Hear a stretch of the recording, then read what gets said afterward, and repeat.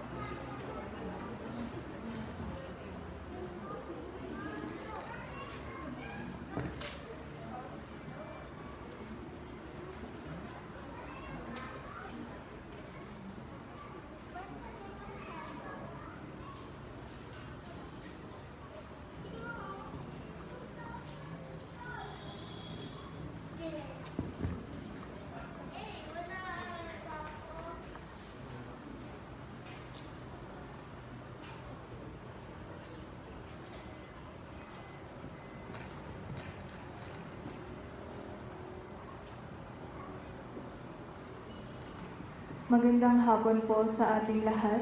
Ipinagdiriwang po natin ngayon ang dakilang kapistahan ng pagpapakita ng Panginoon.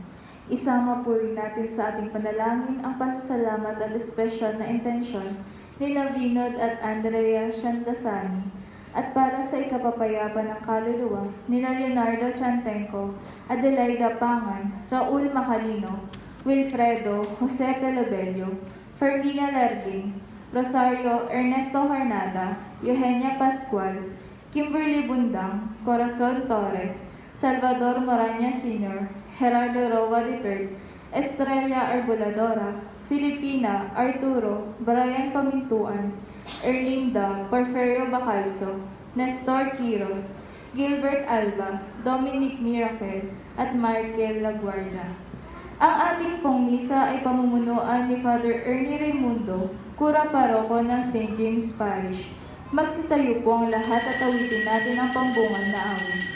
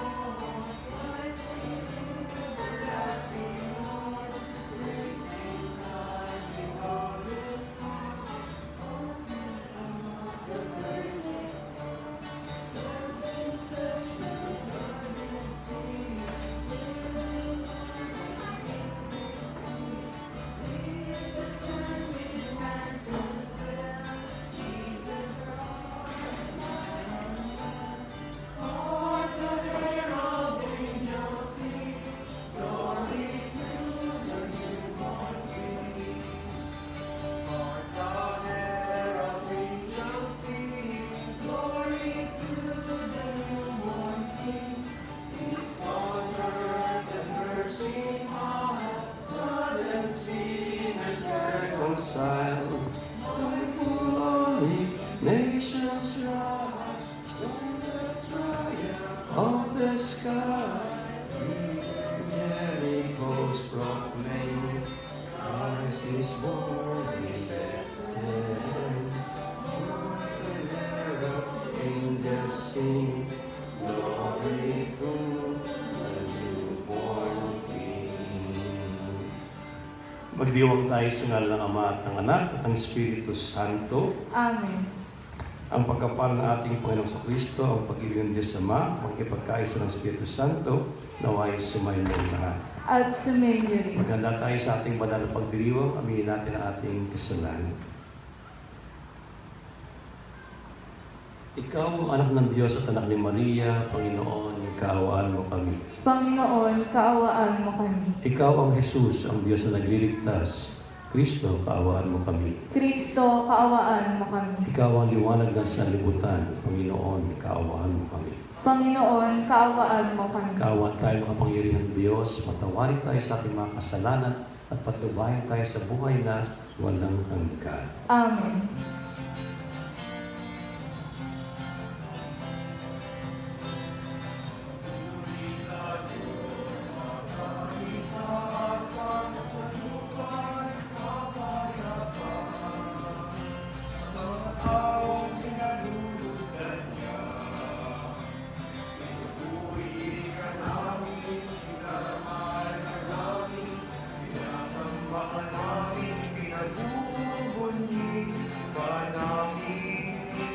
Pinasasalamatan ka namin, dahil sa nakita mo ang iyong kapulihan.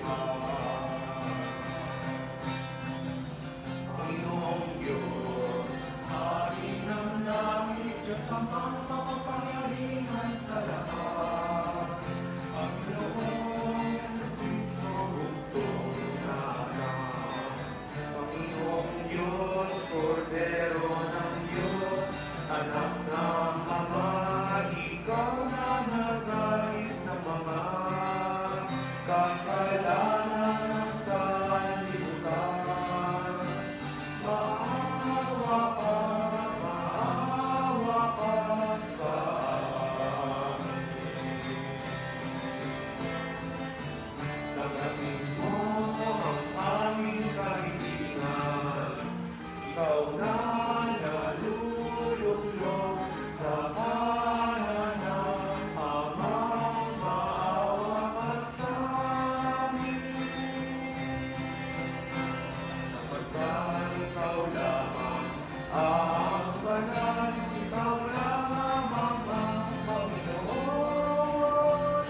Ikaw lamang, O Jesucristo, ang pag-asa-asan kasama ng Espiritu Santo sa dakilaan ng Diyos.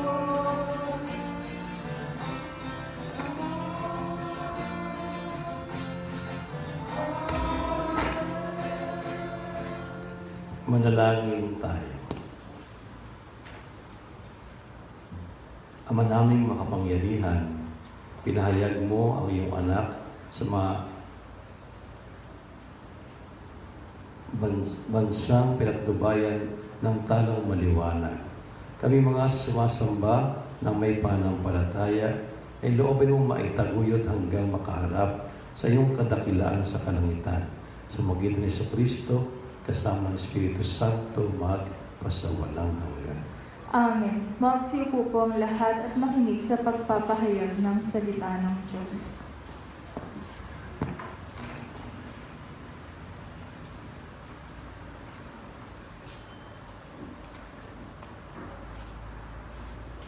Pagbasa mula sa aklat ni Propeta Isaías. Bumangon ka, Jerusalem, at magliwanag na tulad ng araw. Nililiwanagan ka ng kaninhingan ng Panginoon. Mababalot ng dilim ang ibang mga bansa, ngunit ikaw ay liliwanagan ng Panginoon sa pamamagitan ng kanyang kaninhingan. Sa ningning ng iyong taglay na liwanag, yaong mga bansa, 10 na mga hari lalapit na kusa. Tumingin ka sa paligid at tingnan mo ang nagaganap. Ang mga anak mo'y nagtitipon na upang umuwi. Ang mga lalaki magmumula sa malayo. Ang mga babae kargang tila mga bata at tanawin ito kung iyong mamamalas. Ikaw ay sisigla sa iyong damdami parang kagalangan, yaong madarama. Pagkat ang yaman niyong karagatay, iyong matatamo, at ang kayamanan ng maraming bansa ay makakamtan mo. Maraming pangkat na nakasakay sa kamelyo ang darating mula sa Madyan at Efa. At sa Seba na may darating silang may taglay na mga ginto at kamanyang. Ihahayag ng mga tao ang magandang balita tungkol sa ginawa ng Diyos.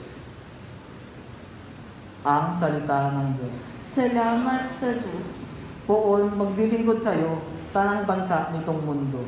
Poon maglilingkod sa iyo, tanang bansa nitong mundo. Turuan mo yaong haring humatol ng katwiran. Sa taglay mong katarungan, O Diyos, siya'y bahaginan. Upang siya'y maging tapat, mamamahala sa iyong bayan, at pati sa mahihirap, maging tapat siyang tunay. Poon maglilingkod sa iyo, tanang bansa nitong mundo. Yaong buhay na matuwid sa kanyang kapanahunan, madama ng bansa niya at umunlad habang buhay.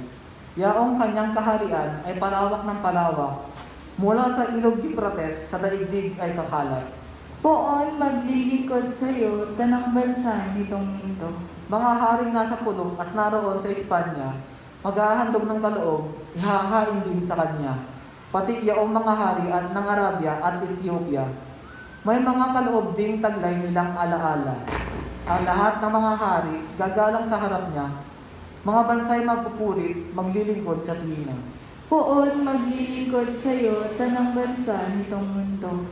Kanya namang ililigtas ang sino mang tumatawag, lalo yaong nalimot ng mga taong mahihirap. Sa ganitong mga tao, siya'y lubhang nahahabag sa kanilang tumutulong upang sila ay maligtas. Poon maglilingkod sa iyo, tanang bansa nitong mundo.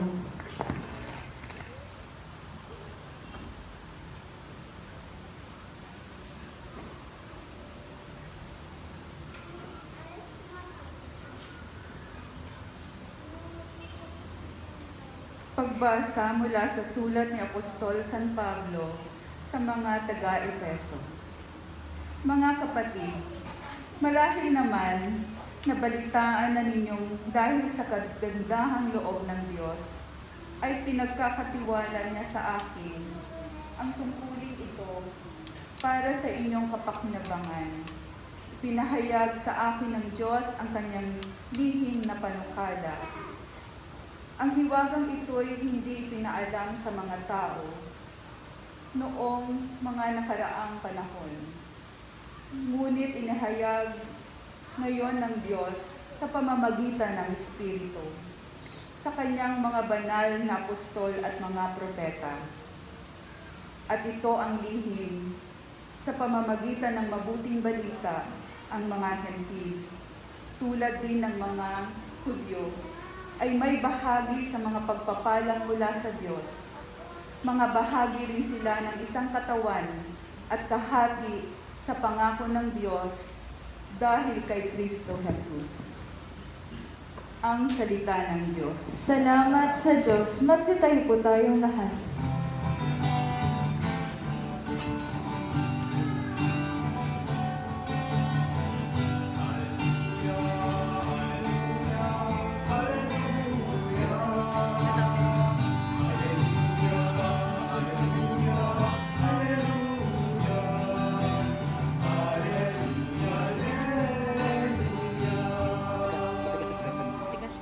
Ang talay aming nakita, kaya't kami nagsipunta upang sa poon sumamba.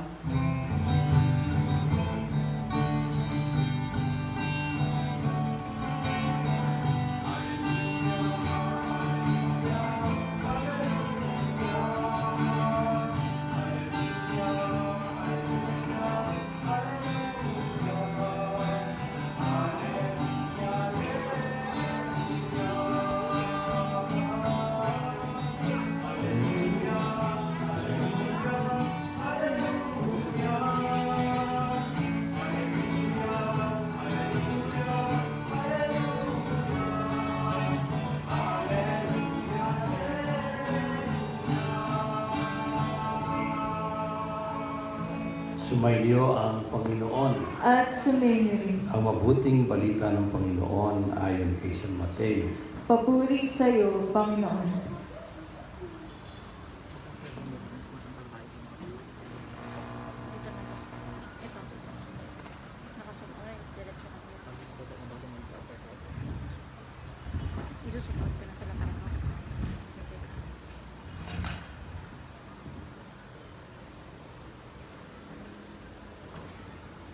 Si Jesus ay pinanganak sa Bethlehem ng Judea noong kapanahonan ni Haring Herodes. Dumating naman sa Jerusalem ang ilang pantas mula sa silangan at nagtanong-tanong doon, nasaan ang ipinanganak na hari ng mga Hudyo? Nakita namin sa silangan ang kanyang tala at naparito kami upang sambahin siya. Nang mabalitaan ito ni Haring Herodes, siya ay naligali, hindi ng buong Jerusalem. Kaya tinipon niya ang lahat ng punong saserdote at mga eskriba ng Israel. At itinanong sa kanila kung saan pinanganak ang Mesiyas. Sa Bethlehem po ng Judea, sagot nila. Ganito ang sinulat ng propeta.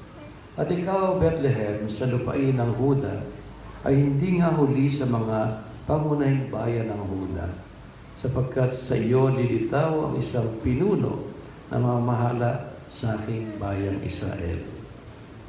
Nang mabatid ito, lihim na pinatawag ni Herodes ang mga pantas at itinanong kung kailan lumitaw ang tala. At pinalakad niya sila patungong Bethlehem. Matapos pagbilinan ng ganito, humayo kayo at inyong hanaping mabuti ang sanggol. Kapag inyong natagpuan, ibalita agad niyo sa akin upang ako may makasamba sa kanya. At lumakad na nga ang mga pantas.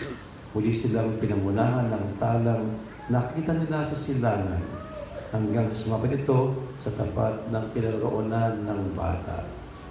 Ngayon na lamang ang galak ng mga pantas na makita ang tala.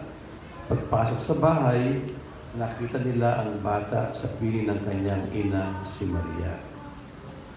Lumapit sila at nagpatira pa at sinamba ang bata. Binuksan nila ang kanilang mga sidlan at inihandog sa kaniya ang dala nilang ginto, kamangyan at mira. Nang sila'y pabalik na, sinabi sa kanila ng Diyos sa pamamagitan ng panaginip na huwag na silang babalik kay Herodes. Kaya nag-iba na sila ng daan pauwi. Ang mabuting balita ng Panginoon. Pinupuri ka namin, Panginoong Hesukristo.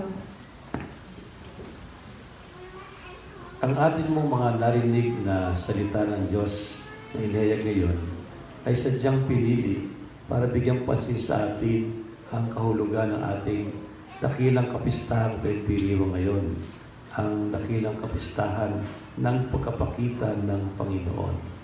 Na ibig sabihin lamang po ay talagang hangarin, kalooban ng Diyos na siya ay makita at makilala ng lahat ng tao sa lahat ng panig ng daigdig. At para ilarawan to, may sa dalawang piniling pagbasa, yung unang pagbasa, tsaka po yung mabuting balita. Pansinin po natin dalawang lugar na tampok. Sa mabuting balita, tampok po yung Bethlehem. So naman binanggit po yung Jerusalem kung saan nagpunta yung mga pantas. Sa unang pagbasa, binanggit po ang Jerusalem. At sa Bethlehem, ano po ang nangyari? Doon natagpuan mga pantas ang sanggol na si Jesus na kinilala nilang talagang dakilang Panginoon sapagkat sinamba nila. Niliwanagan siya ng Panginoon sa patnubay ng mga tala. At yun po yung unang pagpapakita ng Panginoon. Kasi mga pantas sila galing sa iba't ibang panig ng mundo. So nais siya talagang makilala siya ng maraming tao. At tutulungan ng Diyos ang mga ito para makita siya sa magitan ng patnubay ng isang tala. Yung isa po na pagpapakita ng Panginoon, hindi po natin gaano mapapansin sapagkat parang pahiwatig lamang po yung sa unang pagbasa. Sabi sa atin sa unang pagbasa, sabi ni Propeta Isaias, bumangon ka, Jerusalem, at magliwanag na tulad ng araw, liliwanagan ka ng kalingningan ng Panginoon. No? Liliwanagan ka ng kalingningan ng Panginoon. Mababalot ng dilim ang buong mga bansa, ngunit ikaw ay liliwanagan ng Panginoon. So liliwanagan ang Jerusalem. Iyon ang pangako ng Diyos sa lumang tipan. Pero hindi naman po sa Bethlehem nangyari pagliliwanag. Hindi naman sa Jerusalem, sa Bethlehem. So ano tinutukoy ng unang pagbasa? Saan magkakaroon ng pagliliwanag ng Diyos? Sa Jerusalem. Ito po ay yung sanggol na isnilang sa Bethlehem. Sa kanyang paglaki, gagawin niya ang kalooban ng Diyos Ama. At tutuparin niya ang pangangaral higit sa pag-aari ng Diyos. Papakita niya ang malasakit ng Diyos sa iba't ibang klaseng mga tao. Pero sa Jerusalem, doon niya talaga gaganapin ang pinakasukdulan ng kanyang pagmamalasakit.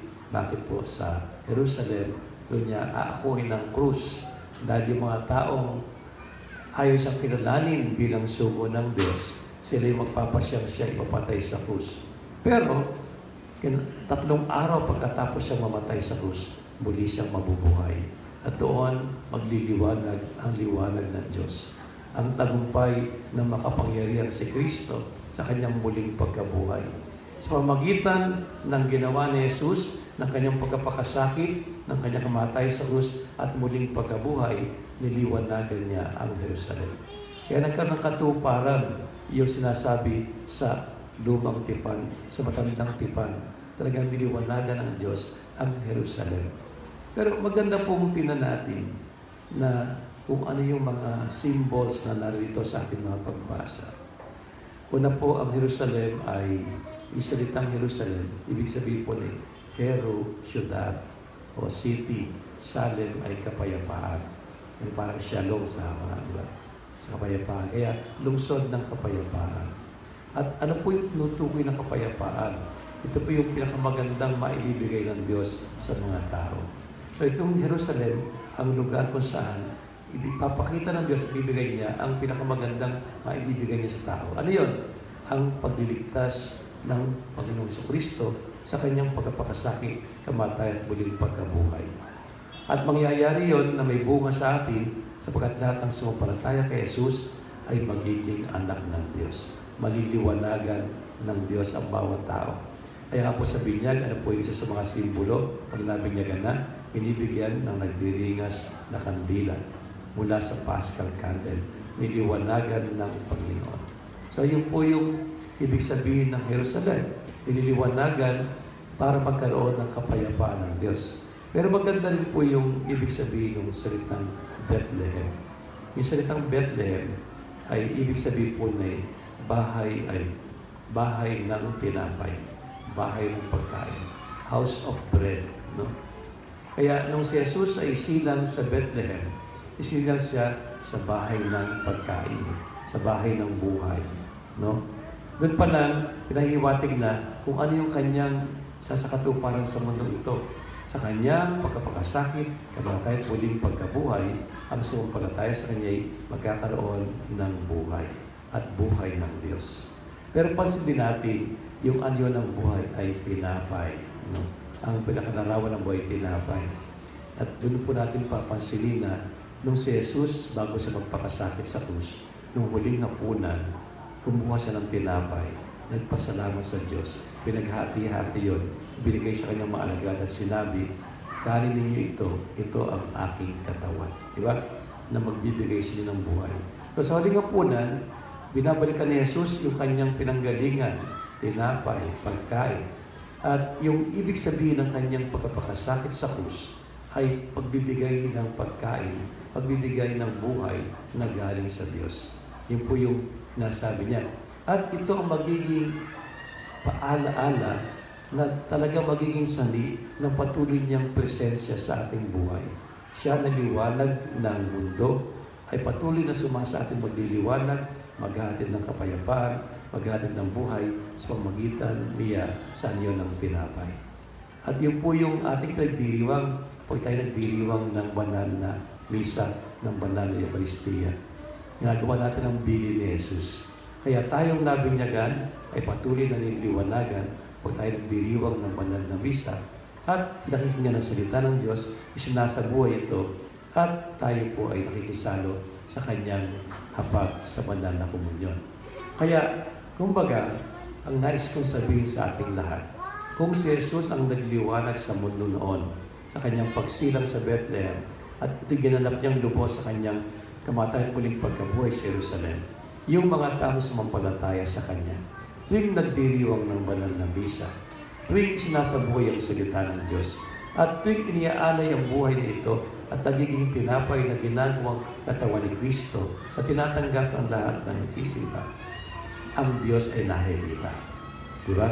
Sa ating pagtitipon, sa ating pagbibigkis na taglay ang ating pamumuhay na puno ng pagsunod sa atas ng Diyos ng pag-ibig, ang tinapay na nagiging katawan ni Kristo, pag ating tinanggap, nagbibigay katotohanan na tayo ngayon ang pagkain na mula sa langit ay sumasa atin ang Panginoon.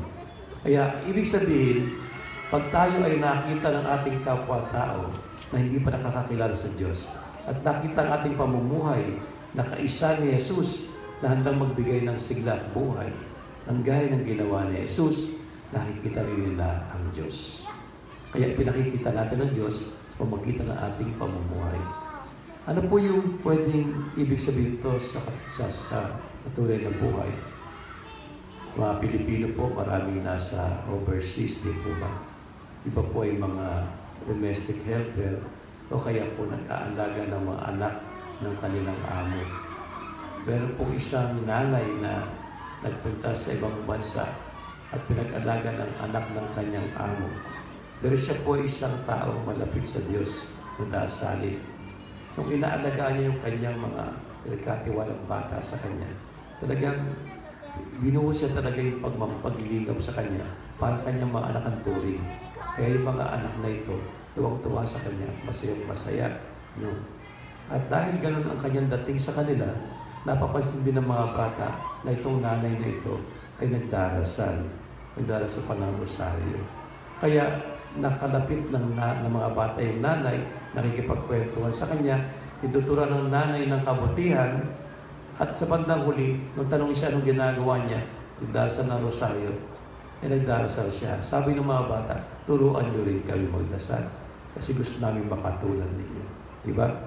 So, sa pamagitan ng kanyang pananampalataya na nakikita sa kanyang pagmamahal, sa kanyang inaalagaan, na hindi tinulong trabaho lang, kundi kanyang pamamaraan ng pagmamahal gaya ni Jesus, na ipakita niya ang Panginoong Diyos. At nakilala ng mga batang ito ang Diyos. No? Parang ganun po yung gusto ng ating Panginoon sa ating lahat.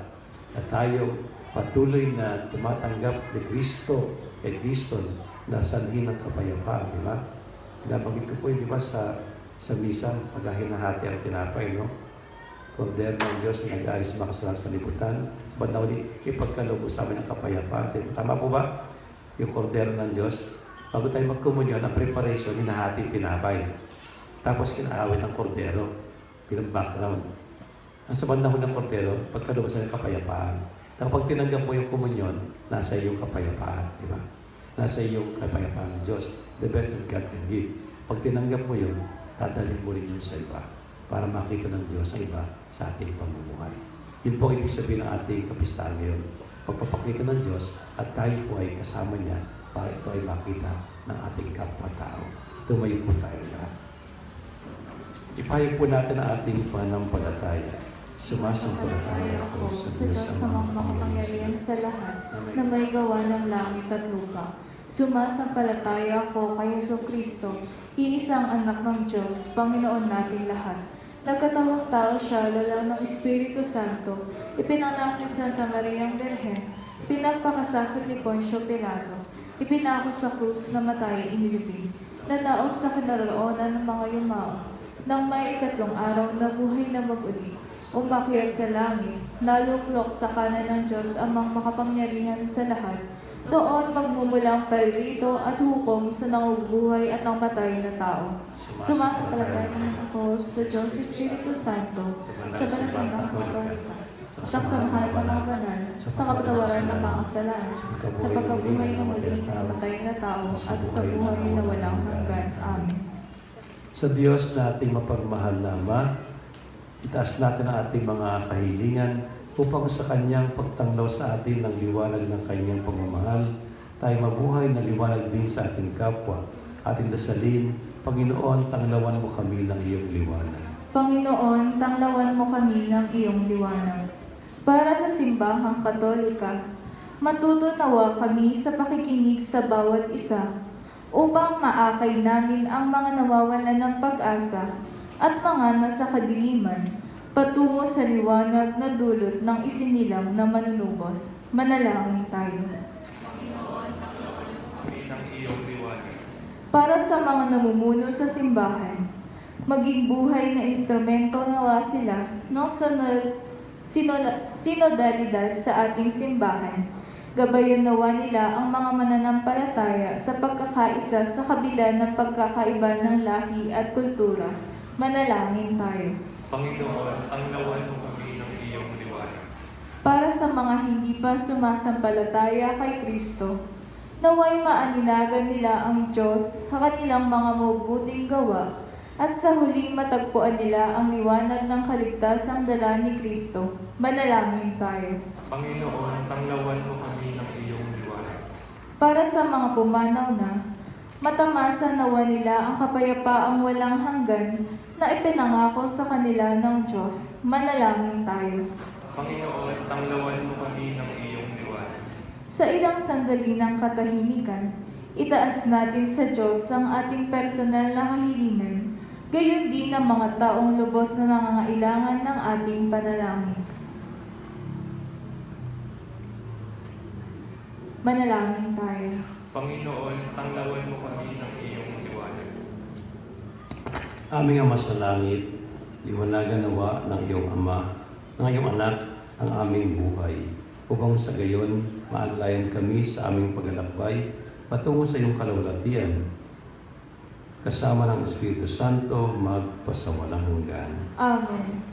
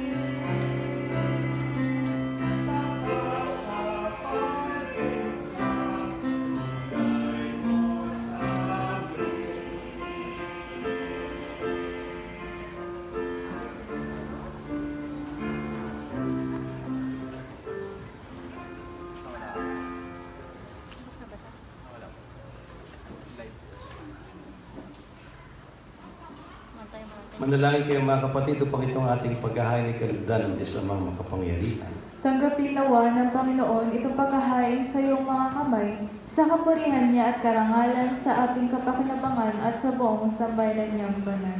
Ama naming lumikha, tunghayan mo ang mga alay ng iyong sambayanan na hindi naginto, mira at insenso ang taglay, kundi nila lahat inihahain at pinagsasaluhang sa Yesu Kristo, kasama mo at ng Espiritu Santo, magpasawalang hanggan. Amen.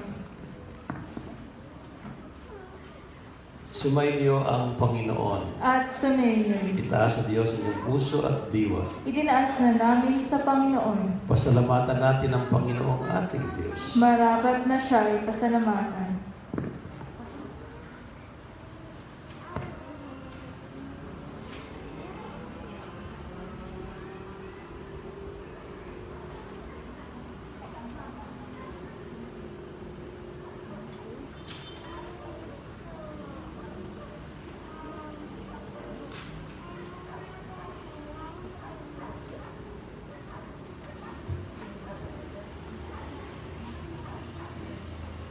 Ama naming makapangyarihan, tunay ang marapat na kay aming pasalamatan. Sumagitan ni Kristo ang aming Panginoon. Sa katauhan ng iyong isinugong Mesiyas, naig sa amin ang katuparan ng iyong bala. Ngayon nga iyong pinakikil sa lahat ang liwanag na tumatanglaw sa katauhan sa pagkapahayag ng anak mong ginigiliw na siya hindi naiba sa amin. Pinarapat mo sa pagkatao namin magningning ang kariktan ng kadaklaan niyang di magmamali. Kaya kaisa ng mga anghel na nagsisiawit ng papuri sa iyo nang walang humpay sa kalangitan, kami nagbubunyi sa iyong kadakilaan.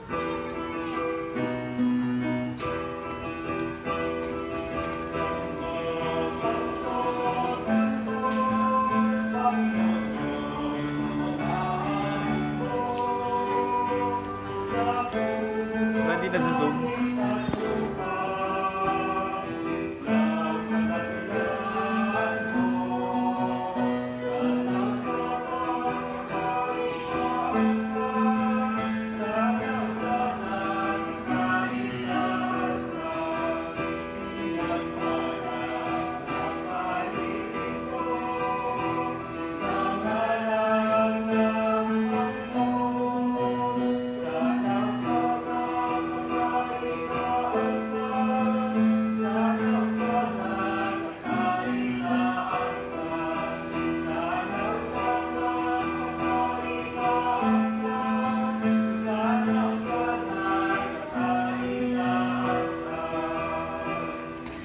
Po ang lahat. Ama naming banal, ikaw ang bukal ng lahat ng kabanalan. Sa pamagitan ng Espiritu, ganung banal ang mga kaloob na ito upang para sa aming maging katawan at dugo ng aming Panginoong Yeso Kristo. Bago niya pinagtiis ang kusang loob na maging handog, pinawakan niya ang tinapay, pinasalamatan kanya, pinaghati-hati niya yun, iniabot sa kanyang maalagad at sinabi, tanggapin ninyong lahat ito at kanin. Ito ang aking katawan ay hahandog para sa inyo.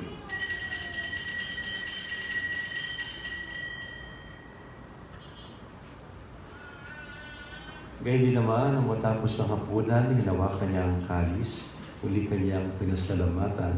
Inabot niya ang kalis sa kanyang maalagad at sinabi, tanggapin ninyong lahat ito at inumin. Ito ang kalis ng aking dugo, ng bago at walang hanggang tipan. Ang aking dugo ay bubuhos para sa inyo at para sa lahat sa pagpapatawad ng mga kasalanan. Gawin niyo ito sa pag-alala sa akin.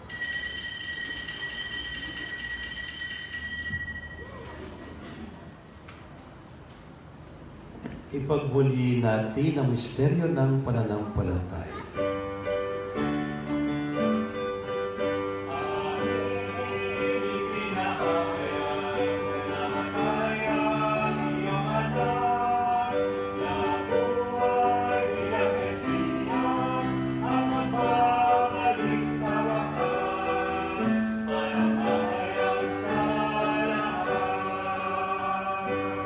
Ama Ama, ang ginagawa namin ngayon ang pag-alala sa pagkamatay at muling pagkabuhay ng iyong anak. At inialay namin sa iyong tinapay na nagbibigay buhay at ang kalis na nagkakaloob ng kaligtasan. Kami nagpapasalamat dahil kami yung minarapat at tumayo sa harap mo para maglingkod sa iyo. Sinasamo namin kami magsasalo-salo sa katawan at dugo ni Kristo'y mabuklod sa pagkakaisa sa pamamagitan ng Espiritu Santo. Ama, lingapin mo ang iyong simbahang laganap sa buong daigdig.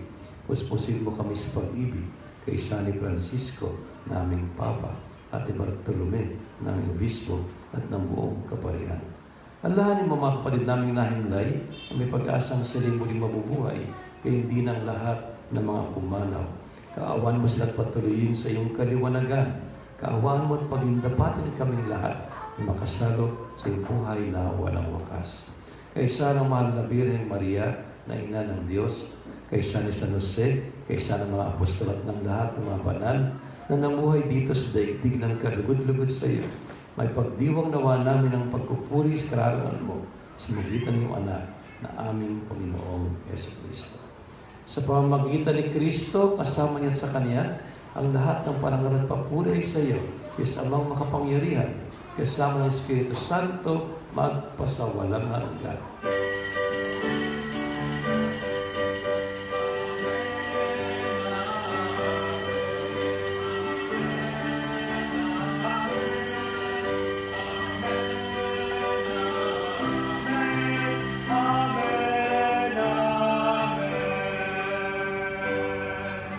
Sa Diyos namang nagtipon sa atin bilang Kanyang bayan, lakas loob tayong dumalangin.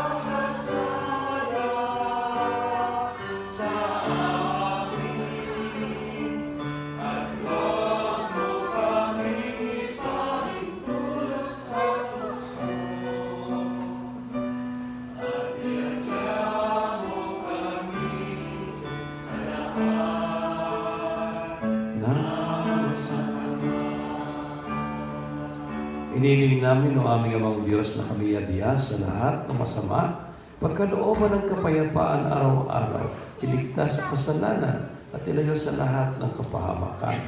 Samantalang aming pinanabigan ang dakilang araw ng pagpapahayag ng tagapagligtas namin si Jesucristo. Sapagkat iyo ang kaharian at ang kapangyarihan at ang kapurihan magpakailanman. Amen. Panginoong Jesucristo, sinabi mo sa iyong mga apostol, kapayapaan ang iniiwan ko sa inyo. Ang aking kapayapaan ay binibigay ko sa inyo. Tunghayan mo ang aming panampalataya at huwag ang aming mga pagkakasala. Pagkalooban mo kami ng kapayapaan at pagkakaisa ayon sa iyong kalooban. Kasama ng Espiritu Santo, magpasawalang hanggan. Amen. Ang kapayapaan ng Panginoon naway laging sumainyo. At sumainyo rin. Ibigay kayo ng kapayapaan sa isa't isa.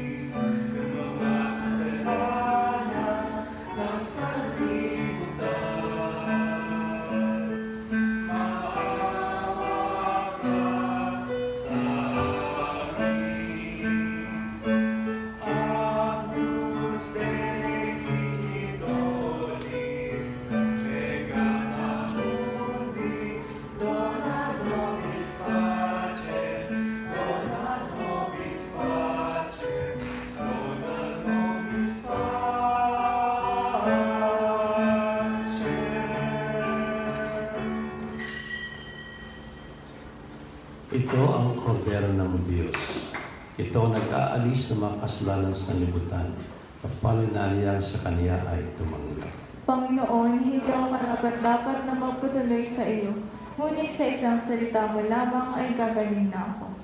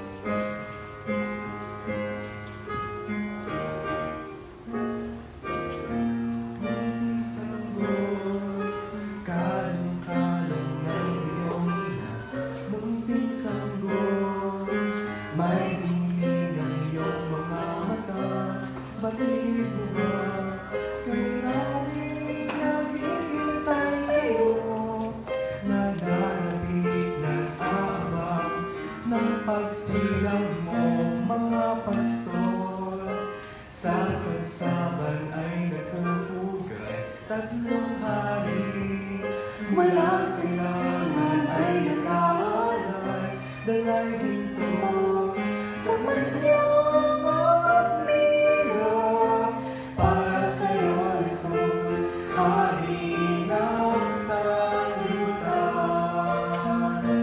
At nagsisiawit ang mga anghel sa langit, luwalhati sa Diyos sa kanilang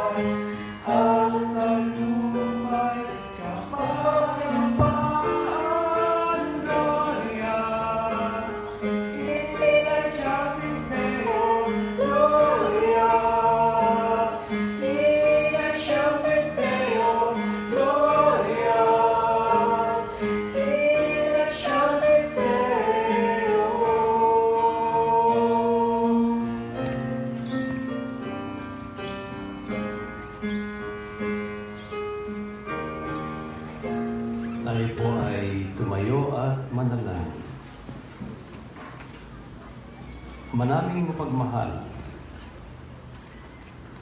paunahan mo kaming lagi sa iyong liwanag upang ang niloob mong aming pagsaluhan ay mapakinabangan namin ng marapat at lubusan sa magitan ni Kristo kasama ng Espiritu Santo magpasawalang hanggan. Amen. Sumainyo ang Panginoon. At sa rin. Pagpalain kayong lahat ng mapagmahal na Diyos Ama, Anak, Espiritu Santo. Amen. Tapos na ang ating misa, bayo kayong maging liwanag sa sanlibutan. Salamat sa Diyos.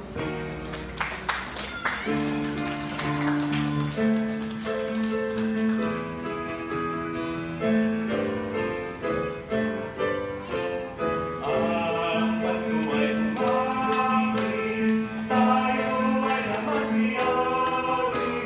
Yung mga nagawin, dahil sa pag-ibig.